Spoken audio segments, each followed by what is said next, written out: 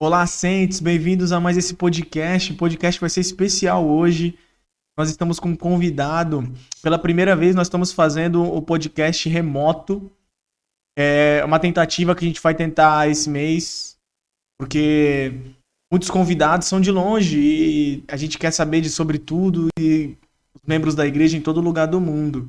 E hoje nós temos um convidado especial, é o Delton.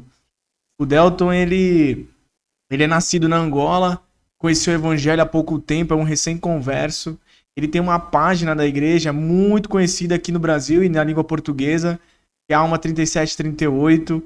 Tem muitos conteúdos das conferências gerais, dos profetas. Ele gravou muitos conteúdos para a igreja, assim. Também faz parte dessa comunidade de membros da igreja que querem ajudar e compartilhar o evangelho com todo mundo, né? Dalton, pode se apresentar aí, dar suas credenciais, fala aí pro pessoal quem é você.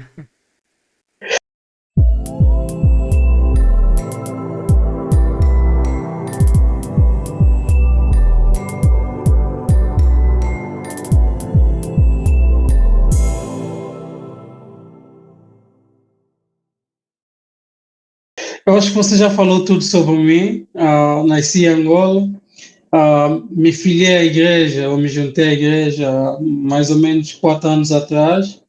Ah, Moro atualmente em Portugal, mas nesse momento eu estou na República Tcheca, onde eu estou por motivos de trabalho.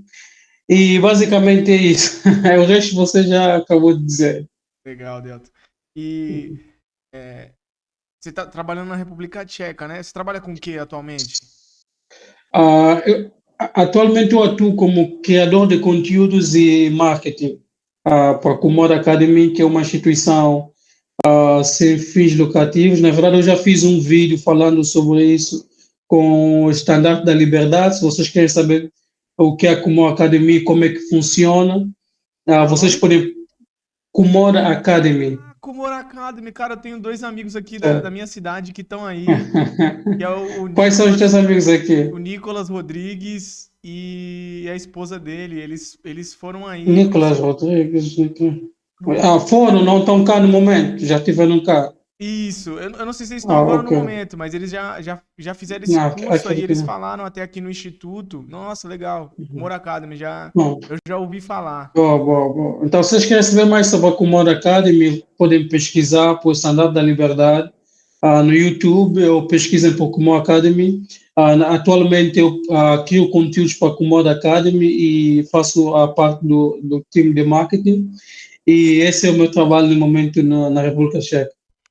Você pode falar um pouquinho da Kumura Academy pro pessoal que não conhece, poder dar um briefing aí pras pessoas que querem estudar fora, querem fazer um intercâmbio, aprender como é que funciona isso aí da Kumura Academy? A Comoda Academy é uma instituição, como eu disse, sem fins lucrativos, nesse caso, posso chamar uma instituição nesse caso, né? Pode ser uma organização, dependendo da região onde você está. Funciona como um bootcamp, dependendo dos cursos que são dados aqui. As pessoas vêm de diversos lugares do mundo, muitos vêm com o intuito de aprender inglês, aprender programação, aprender business, vendas e coisas parecidas. É um conjunto de cursos que você pode fazer dentro da Comoda, inclusive são todos pacotes de um único curso chamado de liderança. A Comoda Academy tem um funcionamento digamos que segue o padrão da igreja, do evangelho, ou seja, aqui dentro nós vivemos exatamente os padrões da igreja, nós cumprimos todas as leis que a igreja acaba, né, que nós vivemos dentro da igreja.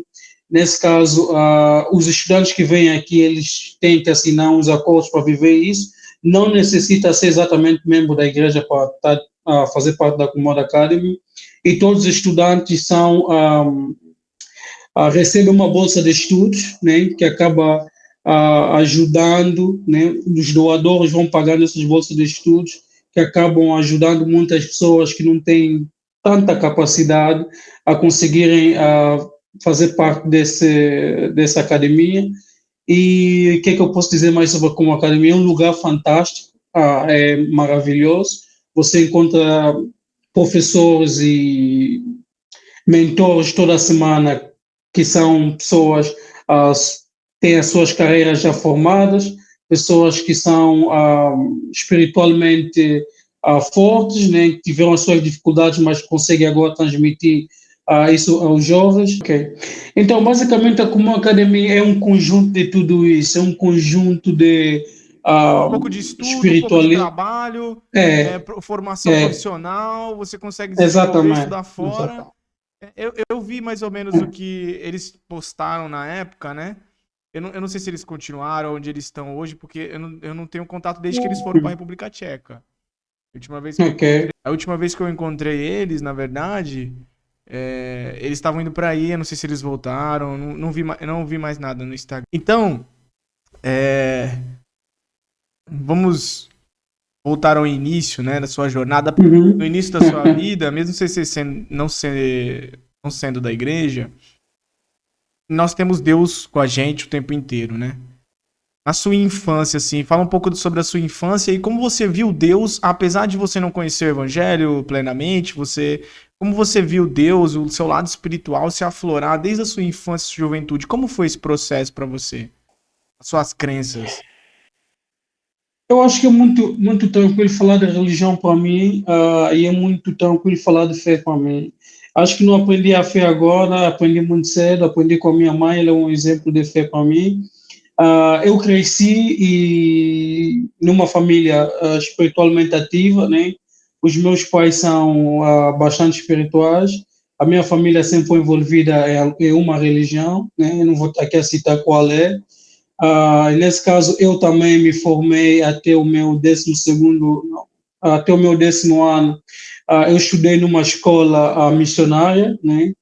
E tive muito contato direto com a Bíblia, tive muito contato direto com as religiões e os ensinamentos dos evangelhos. Eu acredito que ser membro da igreja agora só foi um acréscimo das coisas que eu não sabia e das verdades que eu precisava ouvir, né? Então essas verdades é que me conduziram a quem eu sou hoje, mas acredito que a base que eu tive antes é que ajudou com que eu hoje recebesse o evangelho com maior facilidade. Legal, legal, porque eu logo perguntei disso, porque mesmo quando a gente conhece o evangelho, o Senhor já está preparando a gente, né? Então meio que o Senhor preparou você, através da formação religiosa dos seus pais, da sua família, para poder receber o evangelho, né? E logo no início você sempre teve vontade de viajar, de estudar em Portugal, de se desenvolver profissionalmente. Como foi isso a sua juventude, o ensino médio ali, como foi os estudos? Ah, acho que é muito difícil tocar nesse aspecto, porque foi uma das coisas que eu muito queria enquanto crescia, né? Ainda estou a crescer, mas enquanto eu estudava sempre tive aquela visão de querer conhecer o mundo, alcançar algumas metas que talvez as pessoas ao meu redor já não pensavam em alcançar, né? Então eu me lembro desde o meu 9º ano, eu já dava uma olhada o que poderia ser eu, nem fora do meu país.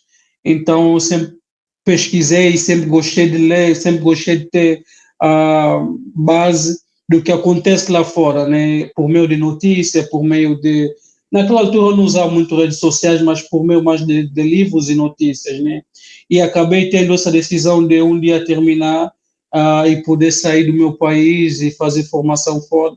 Então foi exatamente isso que eu fiz. Deixei Angola mais ou menos com os meus 18 anos por aí e mudei para Portugal e comecei a fazer a minha licenciatura em Portugal. E qual foi a coisa assim, porque eu vou falar por mim, né? Quando a gente tem 17, 18 anos, né? Nós ainda somos imaturos em muitas coisas, não sabemos muita coisa da vida. A gente acha que sabe, né? Quando a gente tá ali, a gente acha que sabe muita coisa da vida, e a gente vai passando o tempo, a gente vê que não sabe tanto assim, e vai um desenvolvimento de humildade. Qual foi as dificuldades que você passou de ficar longe da família? Como foi pra você ficar longe da família? Num país, apesar de falar a mesma língua, num país diferente? Eu acho que eu passei muitas dificuldades, ainda passo muitas dificuldades. A maior delas é não conseguir recorrer aos meus pais quando eu preciso de uma ajuda imediata, né? Muitas das vezes nós precisamos de um conselho, muitas das vezes nós precisamos tomar uma decisão urgente que nós precisamos dos nossos pais presentes. E eu acho que eu tive essa dificuldade porque quando eu cheguei, eu tinha que fazer tudo, desde tratar os papéis até fazer a cama antes de dormir ou depois de acordar. Então, basicamente, eu tinha que fazer tudo. Não havia ninguém que fazia algo por mim. Eu tinha que correr atrás de um documento, eu tinha que fazer as inscrições das cadeiras da faculdade. E eu tive bastante dificuldade porque eu sou asmático, sempre fui asmático e nunca tive muito contato em falar com doutores, sabes, com médicos. Então, quem ia sempre em frente era a minha mãe. E na altura eu me lembro que eu fiz quase um ano que eu nunca ia ao hospital, porque eu não sabia como falar com o médico, eu tinha receio, sabe? Porque geralmente eu ia acompanhado da minha mãe e ela falava por mim e eu simplesmente fazia o que devia fazer e voltava com ela para casa. Então isso são desafios pequenos, mas que são desafios que realmente a mim aconteceram e acho que qualquer pessoa isso acontece. Então eu tive que amadurecer muito rápido nesses aspectos que são simples, né? Mas são aspectos que realmente fizeram parte da minha vida, fazem parte da minha vida. Então, já fazem aí 6 anos que você tá longe da sua família e de casa, né? Da sua cultura. Pois O que, é. que você tem mais saudade? Que você tem saudade de casa, da cultura? O que, que dá mais, aperta mais o coração? Eu acho que tenho saudade dos finais de semana com a minha mãe. Acho que tenho saudade dos finais de semana com a minha mãe, que é a melhor coisa que existia, porque era aquela manhã toda com ela, aquela fofoca, aquela conversa com a mãe que geralmente você não tem com ninguém. Então, para mim era muito bom. É o que eu sinto saudade até hoje. A mãe tem um papel divino na nossa vida, né? Ela, Exato. ao pensar quando você vai falar com qualquer pessoa, vai pensar na mãe, ele vai É, endeusar a mãe, né? Porque realmente é uma coisa que não é desse mundo. Não é desse plano espiritual, com certeza. A ligação que nós temos com a nossa mãe vem de outros lugares. Incrível é. mesmo. E Eu fala lembro aí que o Helder duas, Roland, duas lembro que o qualidades. Helder Roland uma vez disse que se existe um amor mais próximo do nosso Pai Celestial é o amor de mãe. Então, eu realmente acredito nisso e eu sinto isso desde pequeno, então não consigo mudar isso. E nesse mesmo discurso, ele também reforça o esforço das mães, né? Que não existe uma pessoa perfeita, mas o amor, ele fica acima disso. Ele supera os defeitos que uma mãe tem, né? E já que nosso Exato. tema é mãe, fala pra mim aí algumas características da sua mãe que você leva pra sua vida, que são qualidades que sua mãe te ensinou e que você leva como princípio da sua vida. Eu vou começar por algo que eu gosto muito. A minha mãe é uma boa cozinheira. Ela cozinha muito bem. Essa é uma qualidade que eu sinto saudade. E realmente eu aprendi muito com ela, sem notar, aprendi bastante isso. Mas voltando a algumas características que realmente acabam por ser muito profundas, a minha mãe sempre foi muito humilde, né? Ela sempre foi uma mulher muito humilde e humildade. Quando eu penso em humildade, eu penso nela, mas eu penso em geral, sabe? Eu acho que eu vim de uma família bastante humilde, então acredito que a humildade fez parte da gente. E, e eu acho que ela também estava sempre disponível para ajudar os outros, né? E eu acho que é algo que eu tenho feito bastante, eu acho que é algo que eu tenho me esforçado bastante. Está sempre presente e pronto para ajudar, sabe? Acredito que não preciso fazer grandes coisas, mas posso fazer pequenas coisas e se tornar em grandes coisas. Então, eu acho que essa é uma das características. Não vou mencionar porque é mãe, senão vou mencionar todas as características que ela tem, mas eu acho que essas duas características são realmente importantes. A vontade dela de ajudar os outros. Deu uma travadinha, acho que na sua internet aí, mas Ok. deu pra ouvir certinho tudo. Pode ficar Uhum. tranquilo. Como é que é o nome da sua mãe? Eu tenho duas mães, as duas têm as mesmas qualidades. É. Sabina e Vitorina. Sabrina? Sabina Não é Sabina? e Vitorina. Vitorina. Vitorina. Vitória, Vitorina, podes dizer Vitorina, Vitória. entendi.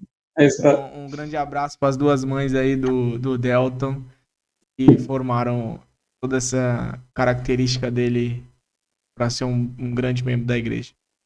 E como que você conheceu o evangelho? Fala para mim como é que foi que você conheceu, foi através dos Não. missionários, foi amigos, foi como? Essa pergunta nunca escapa. É. Ahm, Olha, foi bem engraçado. Eu sei que existem histórias melhores, né? Foi bem engraçado. Acho que foi uma aceitação muito simples. Eu lembro que eu estava a falar com uma amiga minha ao telefone e nesse exato momento apareceram dois rapazes de black and white, como se diz, né? De preto e branco. E perguntaram se podiam falar comigo naquele momento, mas eu, como estava ao telefone, eu disse neles que não podia falar, mas se eles quisessem, eu apontei o edifício onde eu morava, porque eu estava mesmo à frente da minha casa. Eu disse: olha, eu moro nesse apartamento e qualquer dia que vocês quiserem, nesse horário eu estou disponível, vocês podem passar lá, né? E não demorou muito, como todos os missionários estão sempre com vontade de batizar mais um. Então foram lá, bateu a minha porta e simplesmente recebi os missionários, claramente, e conversamos, ensinaram o evangelho, e foi aí que começou toda a jornada, né? Foi exatamente com os missionários, e fui tendo algumas aulas com ela. Eu sei que demorou um período mais ou menos de 1 a 3 meses para começar a aceitar uh, as verdades contidas dentro do Evangelho, né? Isso, claramente, que o livro de Mormon acaba assustando qualquer um. Eu nunca tive contato com o livro de Mormon na minha vida, então foi das coisas que eu mais tive preocupação, né? E aí começou uma jornada de guerra entre eu aceitar o que eles estavam a dizer da Bíblia, porque realmente estava certo, porque eu tinha conhecimento, ouvindo uma escola missionária, como eu citei, mas o livro de Mormon não era claro para mim, não fazia, não que não fazia sentido porque nunca tinha lido, mas não fazia sentido porque a história era desconhecida, né, no meu mundo. Então eu acabei entrando nesse conflito de conhecimento com o livro de Mormon. Aí eu decidi conversar com os missionários se eles pudessem me ensinar apenas as verdades contidas na Bíblia, né? Vamos conversar, mas eu gostaria que vocês se focassem na Bíblia, porque eu realmente gostava de ouvir, gosto de ouvir quando as pessoas falam do Evangelho. Então eu disse: vamos nos focar na Bíblia. E foi aí que a gente começou a falar sobre a Bíblia, muito, muito, e de repente a gente começou a entrar um pouco no livro de Mormon e tudo mais, mas eu não lia o livro de Mormon. Eu lembro que os missionários colocaram um monte de escrituras que eu pudesse ler, mas eu não tinha vontade de ler o livro de Mormon, não tinha nenhuma vontade. Só que acontece que eu tinha uma tia, e essa tia minha, eu gosto muito dela, eu converso muito com ela. Quando eu preciso de desabafar, de conversar alguma coisa assim mais sensível, eu converso com ela. Então foi nesse momento em que eu decidi conversar com ela e eu liguei para ela, eu disse nela: olha, eu comecei a frequentar uma igreja, porque nesse momento já tinha ido à igreja umas 2 vezes. Eu disse: eu comecei a frequentar uma igreja e a igreja é muito boa, na verdade é muito boa, fui muito bem recebido. Eles têm muito domínio da Bíblia, conhecem a Bíblia e, e eu gosto dessa igreja. Só que eles têm um livro que se chama Livro de Mormon. E a minha tia rapidamente respondeu: sim, eu já vi esse livro e nunca li. Já recebi um livro desse também, nunca li. Eu disse: nunca lês por quê?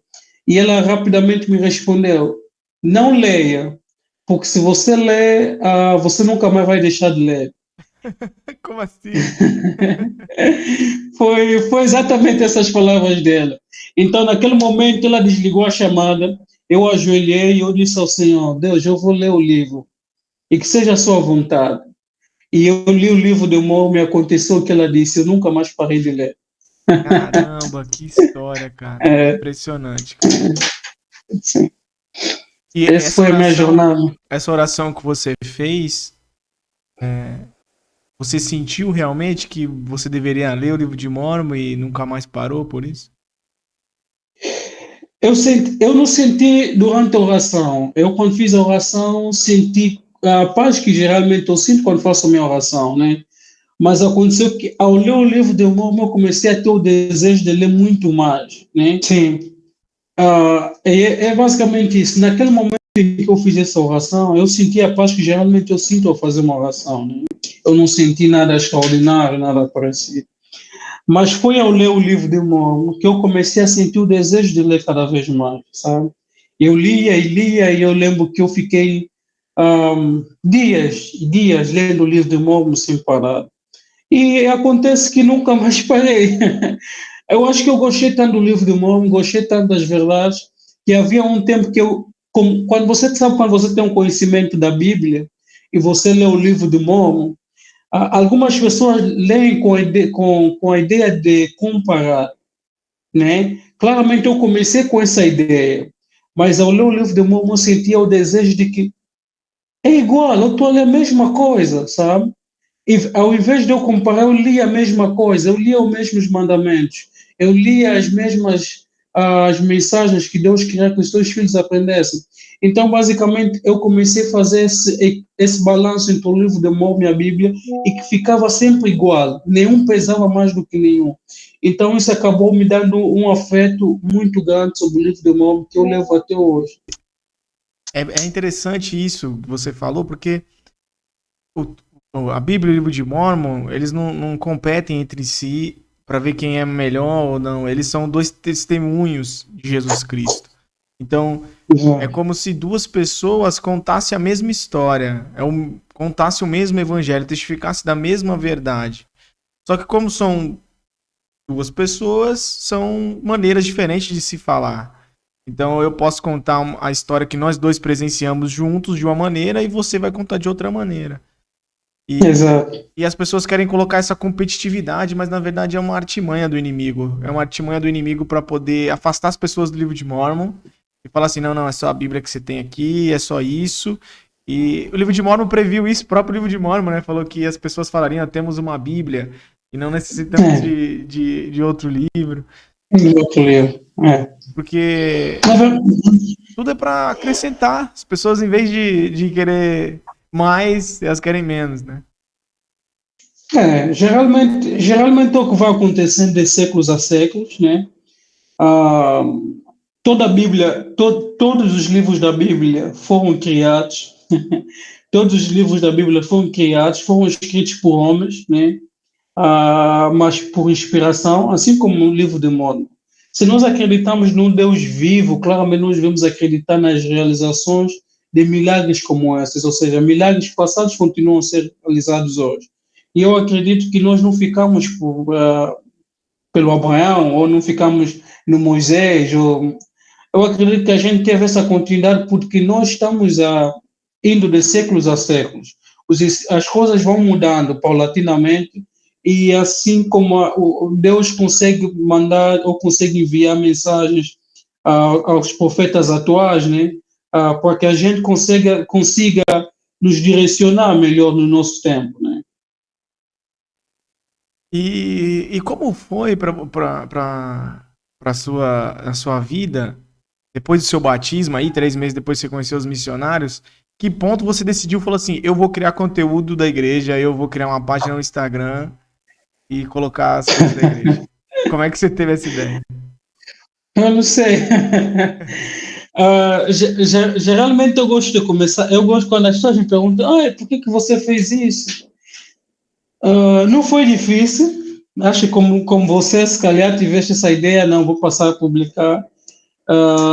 No meu aconteceu num tempo muito monótono. Eu tinha uma conta antigamente que era chamada Get Rich or Die Trying. Na altura eu utilizava essa, era Lifestyle Motivation.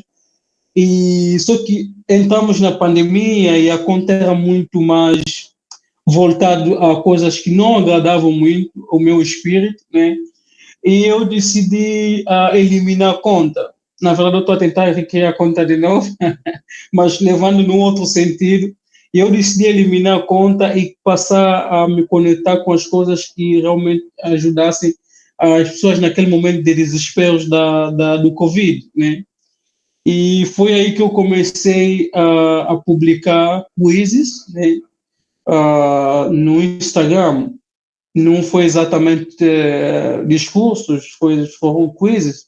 E as pessoas começaram a interagir bastante com os quizzes que eu publicava na página. E eu tive alguns, os dois missionários, inclusive, que me batizaram, ou seja, que os primeiros que eu conheci e o que me batizou, fizeram parte da Alma, começaram comigo a fazer lives dentro da Alma, né? Nós fazíamos algumas lives com os missionários, nós conversávamos com as pessoas, nós conversávamos sobre alguns tópicos. Só que depois eu não tinha conteúdos para postar, eu não tinha mais nada além de oferecer lives e quizzes, né? E comecei a publicar algumas citações, como muitas páginas fazem. E acabou que eu vi que a citação não era suficiente no meu ver, né? Que a maioria das páginas publicava citações na altura. Eu disse, não, vou passar a publicar discursos, sabe? E vou passar a publicar alguns discursos, algumas conferências. E foi isso que eu fiz. E comecei a publicar discursos e conferências. E quando que o canal bombou mesmo? Porque de língua portuguesa, assim, você tem um dos maiores contas do Instagram, né? Tem 70 mil, 80 mil? Acho que 80 alguma coisa. 80 mil é assim, absurdo que de tanta gente seguindo. E quando que foi o boom? Que começou a crescer demais e falou, nossa, de onde que tá vindo esse povo todo assim? É, deixa eu pensar. Eu acho que hoje eu trabalho com criação de conteúdos e marketing, é muito provável que eu entenda isso de forma mais analítica, né? Mas falando de um contexto assim mais simples, eu acho que havia dois vídeos que eu publiquei no TikTok e no Instagram, que acho que é o presidente Gordon B. Hinckley, e eu acho que esse vídeo estourou mais ou menos em 2022, por aí. Foi, eu tinha 21, acho que tinha 21 mil seguidores na altura, e o vídeo conseguiu me levar a quase 40 e poucos, ou seja, o dobro do que eu tinha. E depois eu publiquei mais um, que eu acho que foi do presidente Aaron B. Hinckley, que disse que se você, acho que eu não consigo dizer em português, não sei fazer, mas dizia, if you want to get married well, inquire well, qualquer coisa parecida assim, e esse também estourou, então basicamente conseguiu levar, eu acredito que sempre 2 ou 3 vídeos quando estouram, o Instagram acaba crescendo, então basicamente foi em 2022, por aí, é que a página começou a ter um destaque maior, né? Porque atualmente eu não publico tanto, publico 1 ou 2 vídeos, no máximo um por dia, já não publico como publicava antigamente, já não tenho muito tempo, mas acredito que foi aí nesse momento. Legal. Então, foram assim, 2 vídeos principais que fizeram esse volume É, gigante de coisa. é, Mas como você disse aí, você entende mais da parte técnica, né? De como é, de marketing, tudo, como postar, o tempo que posta, esses detalhezinhos assim, é, você já manja mais. certo. Há muitas páginas boas, eu acompanho a maioria das páginas boas que, na verdade, eu acompanho todas as páginas, até a página com menos seguidor que posta conteúdo sobre a igreja, eu quero seguir, porque eu acredito que eu aprendi muito postando, né? Você que está a começar a publicar também agora, eu acredito que você vai aprender muito publicando, porque você tem que estudar, você não vai repostar. Há muita página que reposta, no meu caso eu gosto de ler um discurso. Acontece que muitas das vezes a escritura que eu compartilhei no meu Instagram é a escritura que eu li. Acabei de ler uma escritura e disse, não, isso é muito bom, eu vou compartilhar, sabe? Ou acabei de ouvir um discurso e eu acho que nosso discurso é muito bom, vou compartilhar.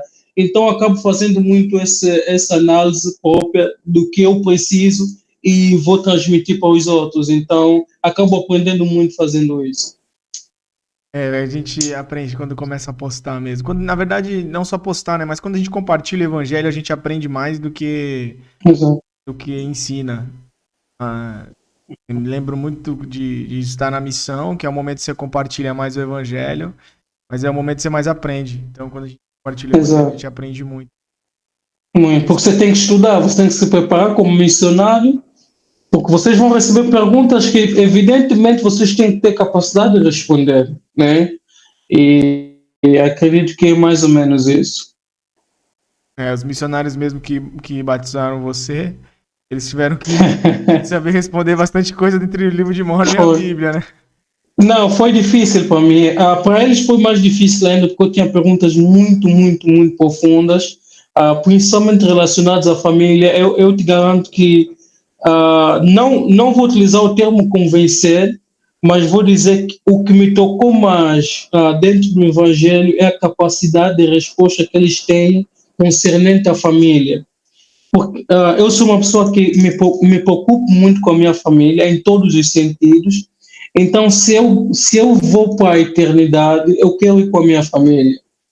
Então, não quero que eu chegue a um lugar que me dizem, olha, você pode entrar, a tua família não. Eu sei que o evangelho vai depender depois da justiça de Deus, mas as verdades que eu recebi sobre a exaltação familiar, eu acredito que isso me alegrou bastante, porque eu, eu amo a minha família.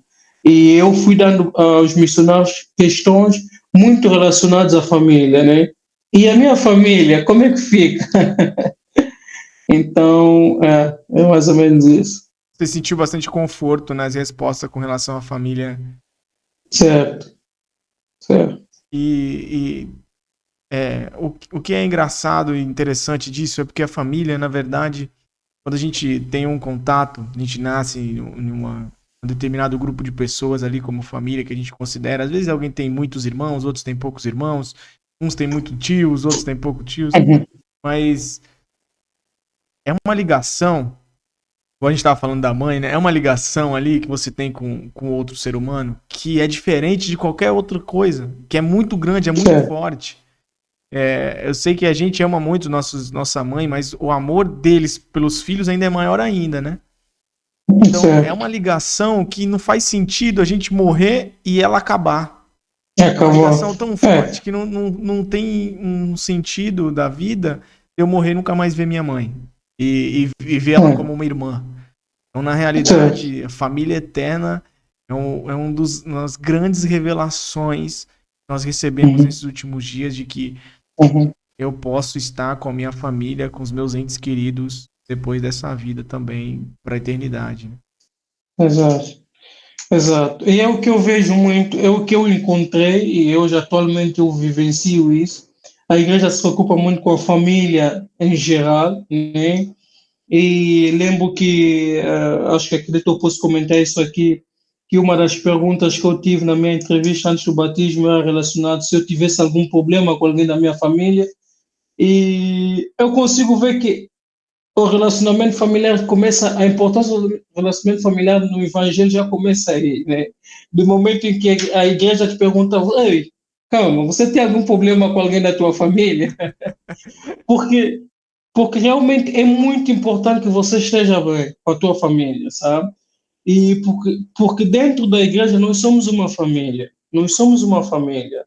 Nós temos que parar com a análise de que depois vamos ser uma família, ou seja, depois dessa vida a gente vai ser uma família. A gente se chama de irmãos dentro da igreja, de irmãs dentro da igreja, mas só vamos ser irmãos verdadeiramente depois dessa vida. Eu acredito que a gente começa a ser irmão desde o momento em que a gente se conhece, e a gente se torna aquele laço mais forte quando a gente começa a fazer parte dessa comunidade que a gente chama de igreja, né? A igreja de Cristo. Aí quando a gente faz essa união mais forte depois de sermos batizados e vivemos esse evangelho juntos, mas claramente já somos irmãos, sabe? Irmãos e irmãs. A gente precisa criar essa maturidade, essa consciência de estar como família no geral, né? Uhum. Às vezes me entristece um pouco alguns membros da igreja que coloca a família dele, ah, essa aqui é minha família e pronto, sabe? Os outros não importam, eu só protejo minha Uhum. família. Obviamente que a gente tem uma responsabilidade maior com a nossa família sanguínea, mas se a gente começa a menosprezar muito isso, as outras pessoas que talvez não tenham família na igreja, ou isso enfraquece demais os laços e uma ala, né? Uma ala que se É. considera uma família é uma ala forte demais e o inimigo ele não tem força numa ala que Uhum. vê como família.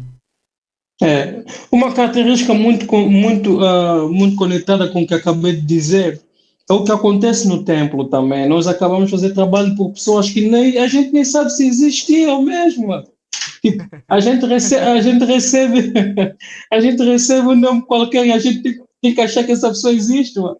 Pode ser que ele nunca existiu, sabe? Mas nós já temos aquele sentimento de que essa pessoa realmente precisa de mim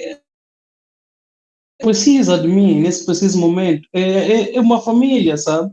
É alguém que nesse preciso momento precisa de alguém para ajudar ele. Então, é exatamente o que nós temos que fazer dentro da igreja, dentro da nossa relação familiar, com os nossos amigos, né? Nós temos ministradores para prover e ajudar, né? Nós temos a igreja para prover e ajudar o bispo, o presidente do ramo, o presidente da estaca e coisas assim, porque realmente nós temos que estar aí nesse momento, né? E nós já temos que fazer todo esse papel como portadores de sacerdócio e como líderes na sociedade de socorro. Então temos que ser capazes de ajudar e nos enxergarmos conforme Jesus nos enxergou. E tem que ser aqui, né? Como o presidente Russell Nelson disse, nossa característica aqui, eu vou utilizando as minhas palavras próprias, aquilo que ele disse, mas o que nós fazemos aqui é que decide o que nós vamos ser lá em frente. Eu não posso esperar ser melhor lá sei lá onde é que a gente quer alcançar, né? Então, vale a pena a gente ser melhor aqui para que depois lá a gente não fica surpreso. É, a gente tem que criar consciência aqui, né? Esse é o momento do homem se preparar para o encontro com Deus. O livro de Mormon é bem claro que o momento que a gente tem que se preparar é agora, né? É agora. E enxergar as outras pessoas como uma família. É engraçado esse lance do evangelho, de que a exaltação a gente não consegue sozinho. A gente não consegue chegar a lugar nenhum. Um exemplo que você deu até no templo, né? Nós precisamos fazer nossa história da família e cuidar dos nossos antepassados, e eles precisam da gente. Então, o evangelho ele tem esse ciclo de que as pessoas, você ajuda alguém e automaticamente você é abençoado.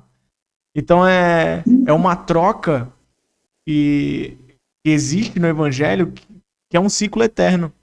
Quando eu, Certo. quando eu tive meu testemunho do evangelho, quando comecei a me converter de verdade, a começar a seguir a Cristo, foi através de um discurso, de uma conferência, que, em 2011, do Elder Holland.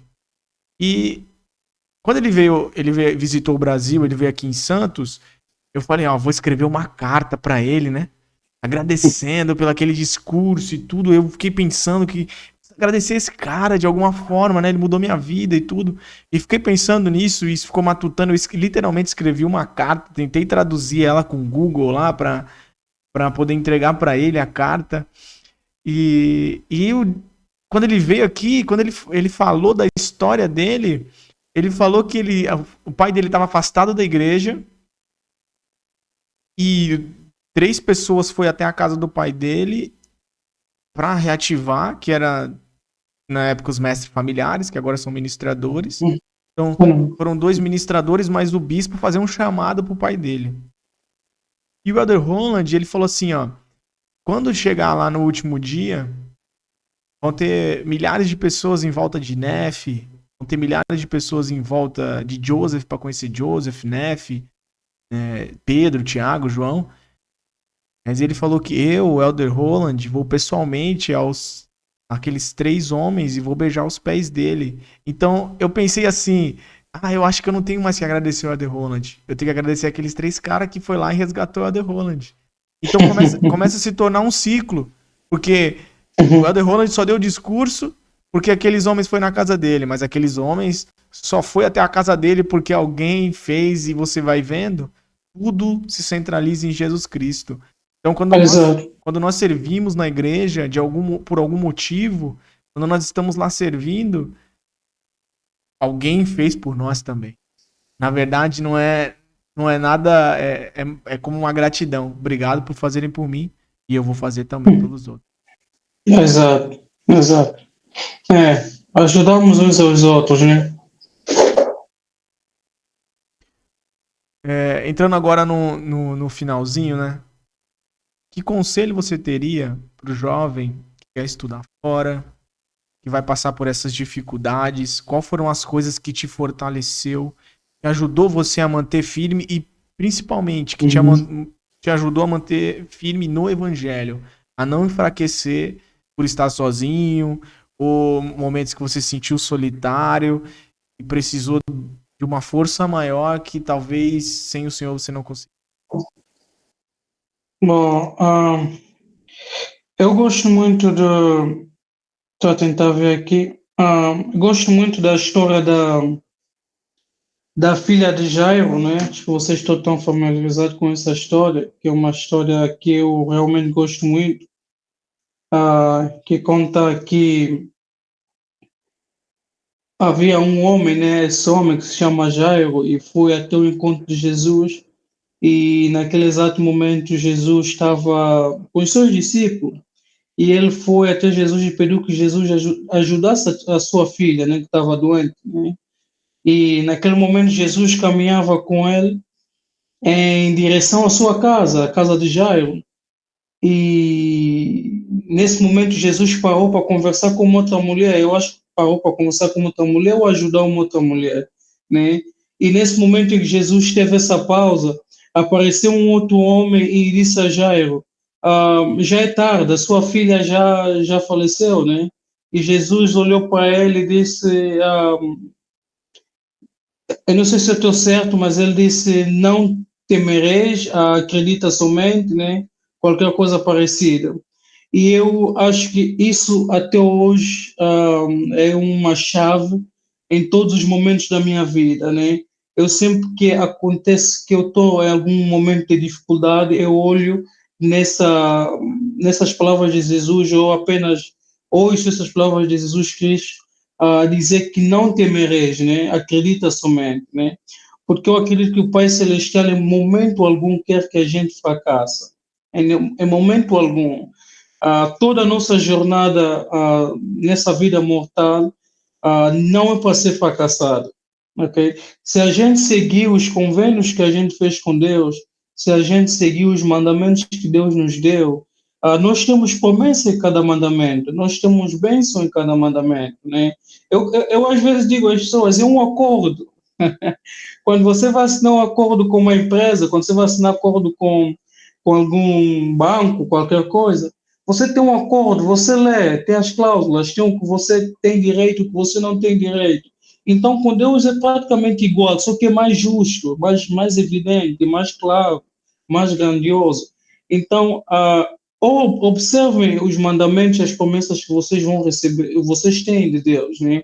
E acreditam que vocês não vão fracassar. E cada fase da vossa vida é uma fase para vocês triunfarem, para vocês crescerem. Se vocês têm sonhos de estudar fora, de ir para algum lugar, vocês conseguem. É difícil, é difícil. Não foi fácil para mim. Não é fácil para mim até agora, né? Em nenhum momento é fácil, mas eu consigo, como o presidente Thomas, esse moço mencionou, encontrar alegria na jornada, né? Ele sempre diz, find joy in the journey. Eu sempre consigo encontrar minha alegria na jornada. Em cada dificuldade que eu passo, eu procuro encontrar alegria naquele momento. Então, se você quer se formar fora, está na hora de começar a preparar as coisas, vai arrumando as coisas, vai arrumando as papeladas, faz conexões. Eu acho que isso é algo muito importante que eu gostaria de falar qualquer jovem que vai ouvir isso, contatos é algo muito importante. Encontrem pessoas certas, conversem com pessoas certas que vão vos dar informações certas. Se não vos dar informações, vão vos ajudar de um outro jeito. Então, contactos é importante. Não ignorem as pessoas ao vosso redor, conversam, socializam, comunicam, falam com as pessoas. E segundo ponto que eu vou deixar aqui, que eu acho muito importante, sejam presentes. Em qualquer lugar que vocês estiverem, sejam presentes. Ou seja, vocês têm que estar presentes. Onde vocês estiverem a trabalhar, sejam bons trabalhadores. Onde vocês estiverem a estudar, sejam bons estudantes. Se vocês são casados, sejam bons maridos, boas mulheres, sejam presentes. A vossa presença tem que ser sentida sempre e no melhor sentido possível. Eu acredito que tem mais alguma pergunta aí no meio que eu já. Pronto, então, basicamente é isso. Sejam presentes, procurem fazer contatos e cumpram os mandamentos de Deus, que vocês não nasceram para fracassar. Ninguém nasceu para fracassar. Caramba, perfeito. Tá aí o conselho, pessoal. Cara que batalhou bastante para poder estudar fora. Você tem vontade de voltar para Angola, para o seu país, e ajudar o Sem evangelho a dúvida. crescer lá? Hein? Sem dúvida. Amo o meu país, Angola. Amo o meu país como.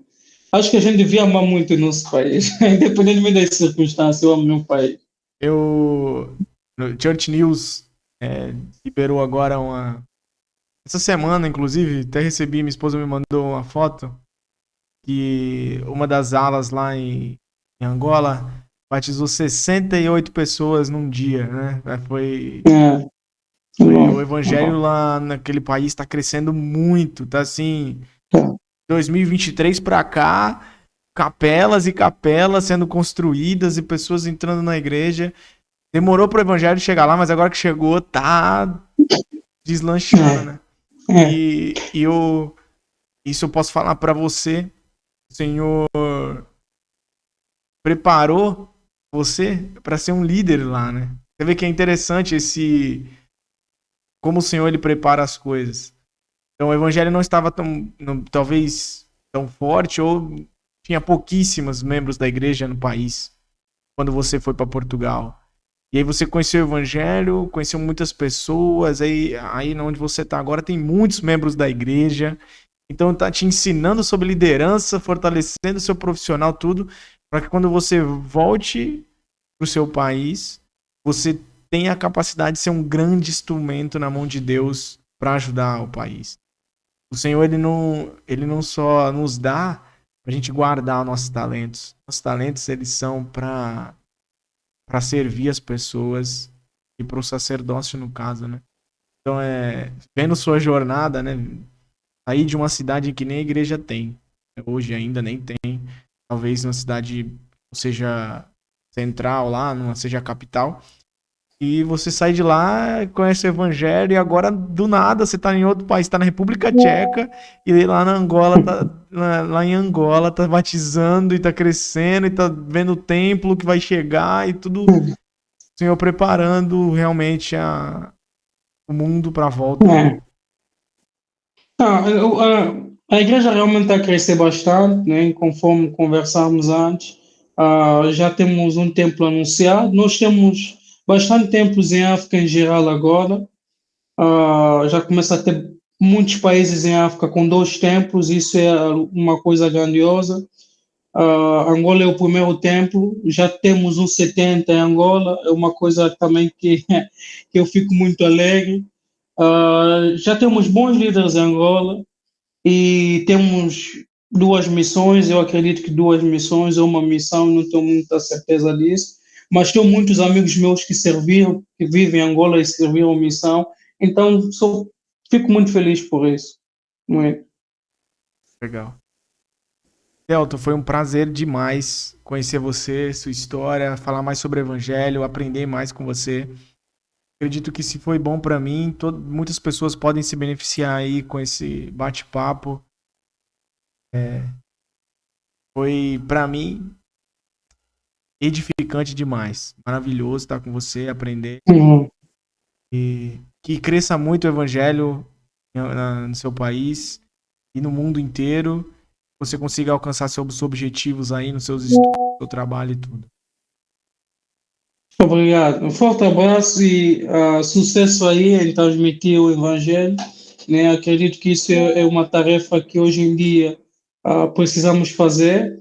E fico muito feliz pelo convite que você me fez e agradeço a todo mundo que vai assistir isso e que eu gosto de dizer que nós somos apenas duas pessoas comuns, né? Transmitindo aquilo que nós conhecemos do Evangelho.